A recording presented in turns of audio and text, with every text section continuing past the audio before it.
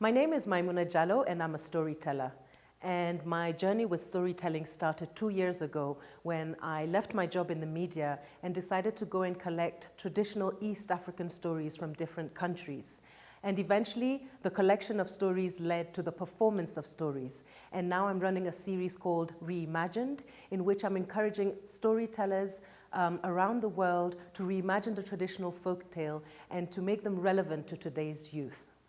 The story that I'm going to tell you today is one that I wrote myself, and it's about slavery. Slavery lasted 400 years, and 4 million Africans died in the trade, many on African soil itself during capture, and another 2 million whilst they were being transported from Africa to the Americas on the deadly transatlantic slave trade journey. Some 10 to 12 million survived, and this story is for their descendants, for Africans all around the world. All of us have in some way or another been touched by this terrible history. Shela lived in the kingdom of Dagbo. It was a beautiful land where life flourished. The trees were as green as emeralds, the rocks smooth and hard like hardened lava, and the sheep's wool soft like cotton. In the kingdom of Dagbo, plants, animals, and people lived in perfect harmony because they believed that wisdom is like a baobab tree. Not one person alone can embrace it. Shela lived with her mother, her father, and her brother. She was the youngest child and the only girl. And from the moment she was born, she was swathed in love. Her mother would spend hours oiling and combing her thick, curly hair. It was just as thick and curly as a little brown lamb that was born on the same day of her birth. Her brother would give her the softest cuts of meat. He would warm her bathwater, and she would sleep on her own mat. Every night, her father would rock her to sleep and sing, Shela, Shela, Shela, Shela, Shela of the cotton wool hair. Now, Shela's father was known far and wide for his magnificent hunting and gathering skills. People said that he could even talk to plants and animals without moving his lips. And as soon as Shela was old enough, as soon as she could walk and talk and listen, her father started taking her out on journeys to the forest with him. And every day, he would teach her lessons about the ways of the people of the kingdom of Dagbo. Shela, the smallest mouse to the fiercest lion, they're all a part of us, and therefore we must treat them with respect. Never take from the land that which you do not need. As he would tell her these stories, Shela's eyes would open wide, and she dreamt of one day being as brave, courageous a hunter and gatherer as he. One day, as they walked through the forest, they were met by a ferocious-looking buffalo. It was huffing and puffing and stomping its feet, and Shela was so frightened she hid behind her father. And as she looked at him, she was surprised to find that he simply bowed down. Baba, Baba, why don't you use your poisoned arrows and shoot at that buffalo before it kills us? Shela, we do not eat buffalo, and therefore we do not kill buffalo. And he bowed his head down again. Psst, psst, Baba, Baba, but what if he kills us first? Shela, buffalo do not eat humans, therefore he has no reason to kill us. He's just frightened, so we need to treat him with compassion and kindness. And with that, her father bowed his head again. Shela stood quietly by his side. And soon enough, The buffalo turned around and walked away, its hips swaying in the wind, like clothes hung out to dry. Shela looked at her father and thought, one day, just one day, I might be as brave and wise as him. And as they walked home that day, her father decided to tell her a bit more about the ways of the people of the kingdom of Dagbon. Shela, your life is not more important than anybody else's. So you should never take the life of another being just to protect yourself. But what's it if it's in self-defense, Baba? What if I'm about to be killed? Shela, you have to remember that breathing out is just as important as breathing in. And if something happens one day, you'll just meet your maker. It's a part of life. It's part of the cycle of life. Shela was not too convinced, but she listened to her father's wise words and once again dreamt of becoming as wise as he. And then, one day, everything changed. Shela was playing in the yard when she heard the sound of thousands of hooves galloping towards her village. She ran to the village square and crouched behind a thorn bush and looked up. And that is when she saw them. 20, 30, maybe 40 men in white robes coming, galloping at full speed towards her village. And when they got to the square, the leader of the pack jumped off his horse and stepped forward. He demanded to speak to the village chief. Shela watched as her dad stepped out of the crowd and said, "There is no village chief here. All the people of Dagbon, the women, the men, and the children are created equal. But how may I help you?" "Give me 100 men now," the man shouted. Shela's father looked confused, but he held his head up high and asked, "What do you need 100 men for?" At that moment, the man in the white robe did something that nobody in the kingdom of Dagbon had ever seen before. He pulled out a whip, flipped his wrist, and wrapped the cord around Shela's father's body, cutting into his skin. Shela's brother leapt out of the crowd, ready to defend his father. But her father said, "No, my son. Remember everything that I have taught you. One of the key things is this. The fish that dirties the water will forever have to swim in dirty water. Remember that?" The men in the white robes found this hilarious. They laughed so loud that they showed their yellow teeth to everyone. And then all those men in white robes jumped off their horses and started to capture all the men and women and even the children in the village square. Shela was so frightened that she stayed behind her bush. She closed her ears and hummed a song.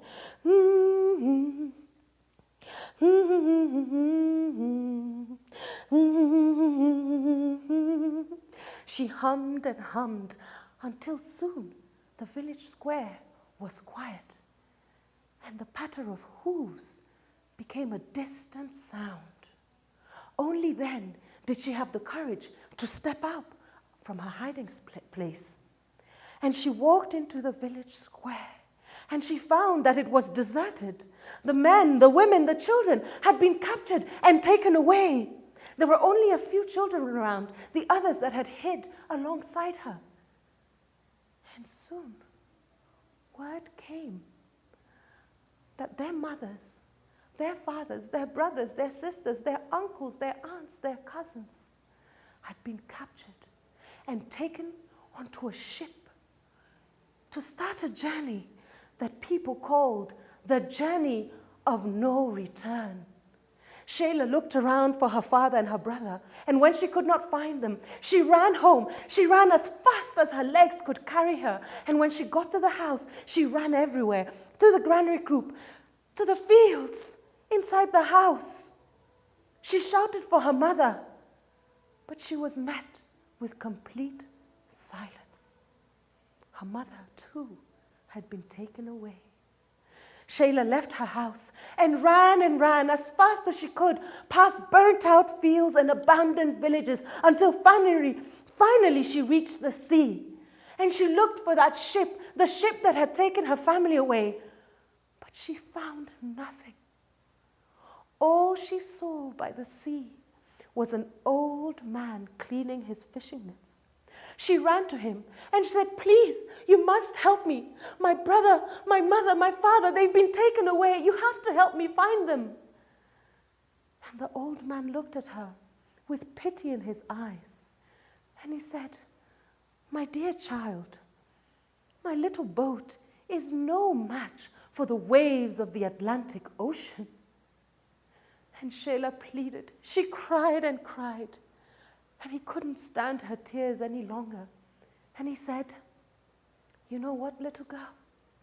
They do say that when threads unite, they can tie even a lion. I will help you find your family."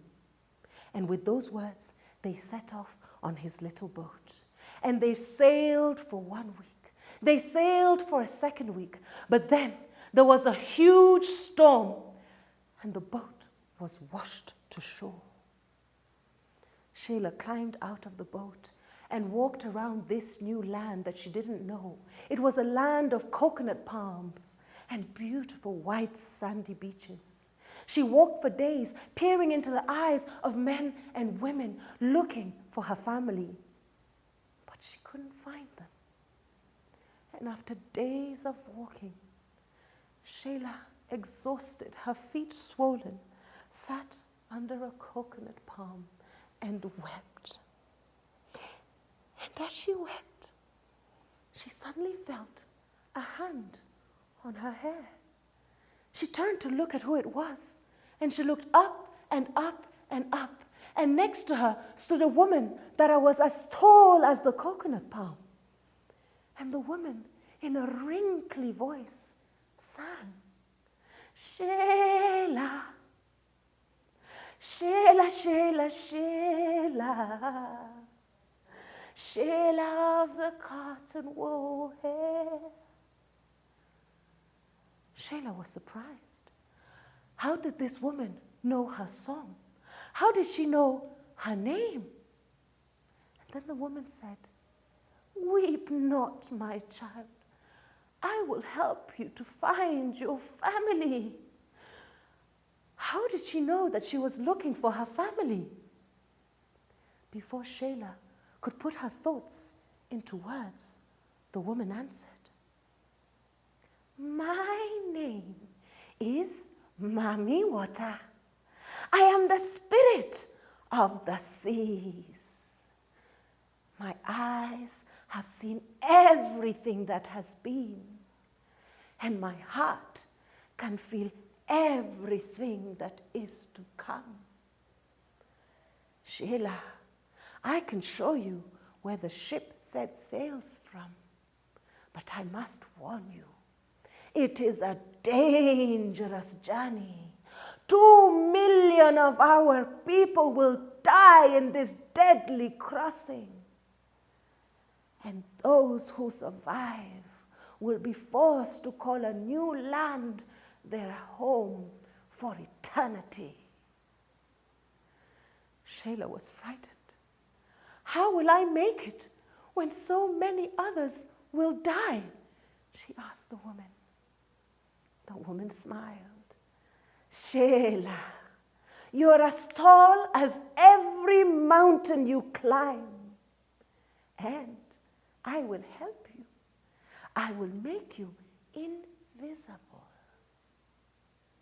"But if you make me invisible, how will my mother, my brother, my father recognize me when I find them?" "Shela, take these 3 amulets. Wear them tightly around your neck. When you need to be seen, remove an amulet and place it in the person's hand. The amulet will give you tremendous strength, which you can use for either good or evil. But Shela, I have to tell you, every time you use an amulet, you will lose a part of your life. You have 3 amulets. Use them wisely. And with those words, Mami Wata turned around and walked back into the sea. And soon she disappeared into the horizon. "Wait!" Shela shouted after her. "You said you would show me where the ship set sail from."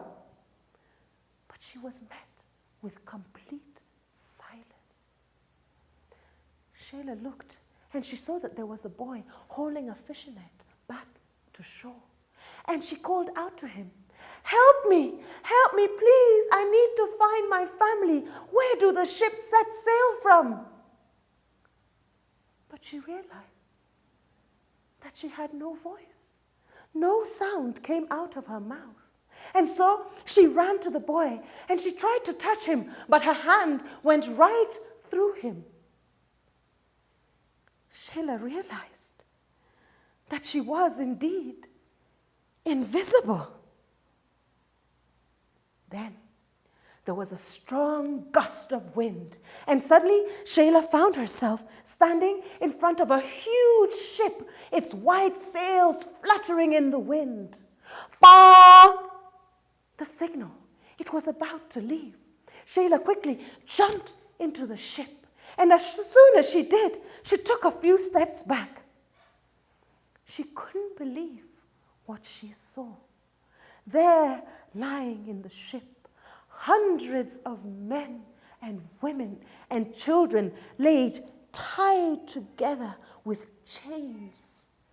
The men and the women shook with fevers. The children held their bellies in hunger.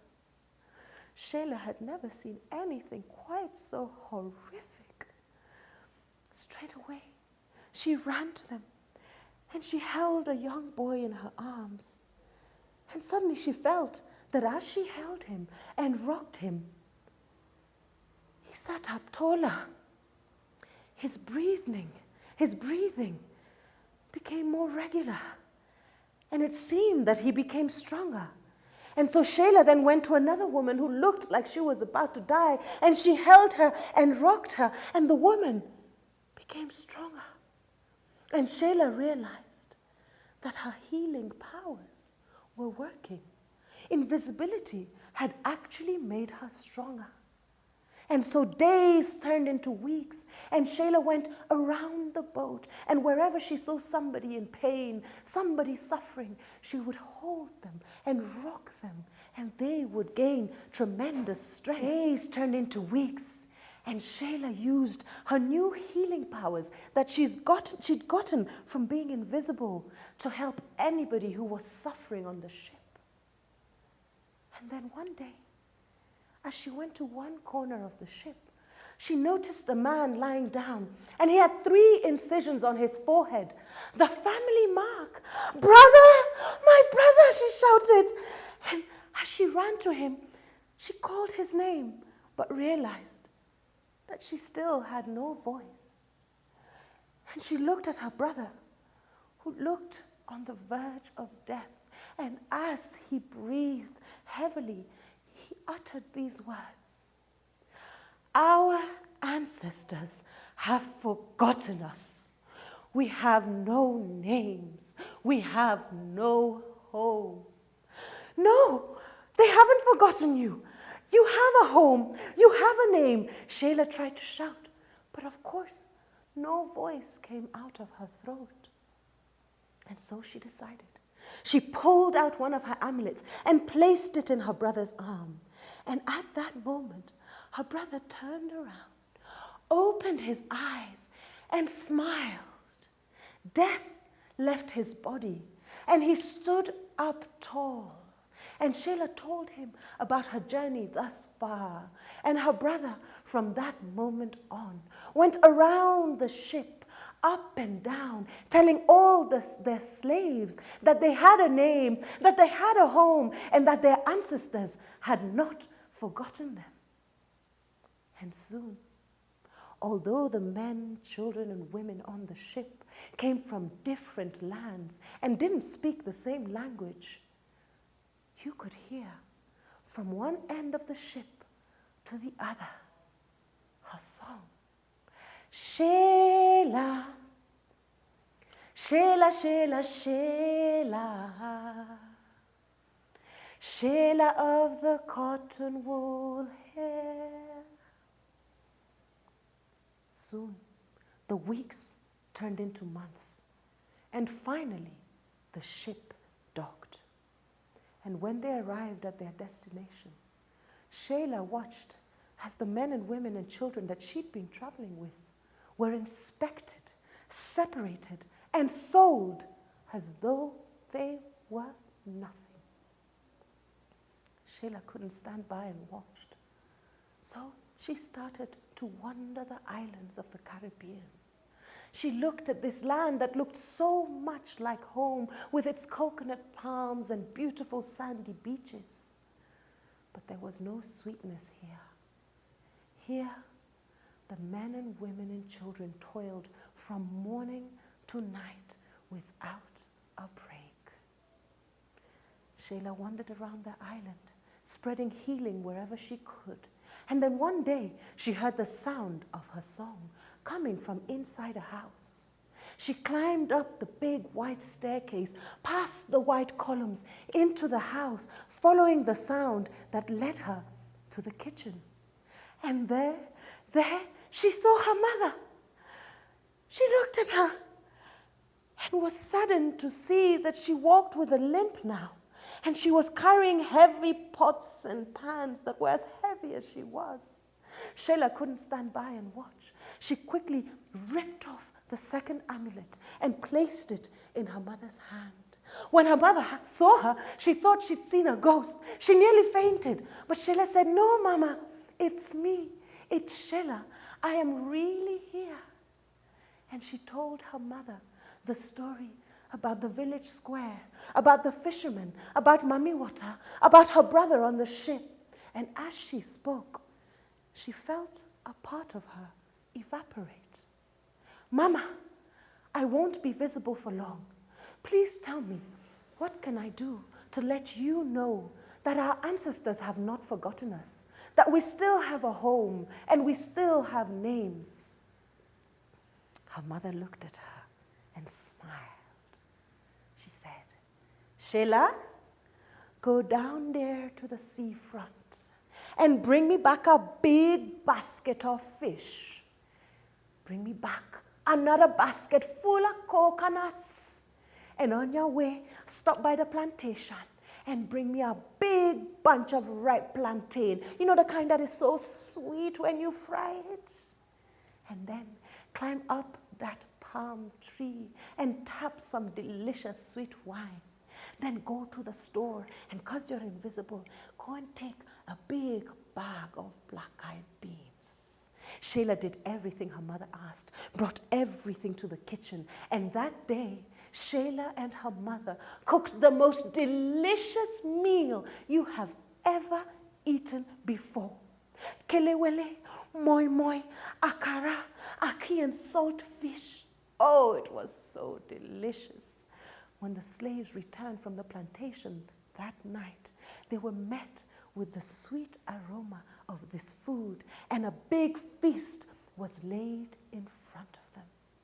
It was the best meal that they had ever eaten because it tasted of ancestors. It tasted of home. It tasted of their names. They ate to their heart's content. Shela watched and rustled some leaves and beat the tree stumps. And soon everybody was dancing and singing, "Shela, Shela, Shela, Shela, Shela of the cotton wool." Hey, yeah! Shela, Shela, Shela, Shela, Shela of the cotton wool hair.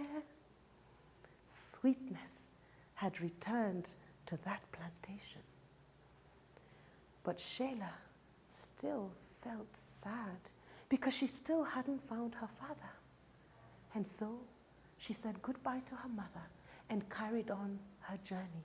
And for months, she walked through the different islands of the Caribbean until her legs were tired and she thought that she would soon give up. And then suddenly, she came across a little brown lamb that looked just like the little lamb that was born on the day of her birth. And it nudged her, and it nudged her again and again, and it wouldn't stop nudging her until she followed it. And so she did. She followed it, and that is where she saw her father. His black skin glistening with sweat, and men in these big white robes were leading him towards a tree where a rope hung. Shela was horrified. They were about to kill her father. She ran all the way up to him, and as she reached for her third amulet, she suddenly heard his voice. The fish that dirties the water will forever have to swim in dirty water. Shela remembered those words from when she was a young girl in the kingdom of Dagbon, but she wasn't sure what they meant anymore. Surely she couldn't stand back and watch these men kill her father, especially not when she had special powers and could destroy them all. And so she reached for her amulet again. And this time, she heard her father's voice, loud and clear. Evil cannot fight evil. Only kindness and understanding can. Shela looked at her father. She looked at the men. And she stopped. No one knows what Shela did that day. Whether she saved her father's life or whether she saved his ideals and the principles of life of the kingdom of Dagbon. But what people do know, and they swear by it, that on a windy day, from Port-au-Prince to Gorée, from Freetown to Kingston, you can hear the sounds of Shela's song. Shela, Shela, Shela, Shela, Shela of the cotton wool hair. Thank you.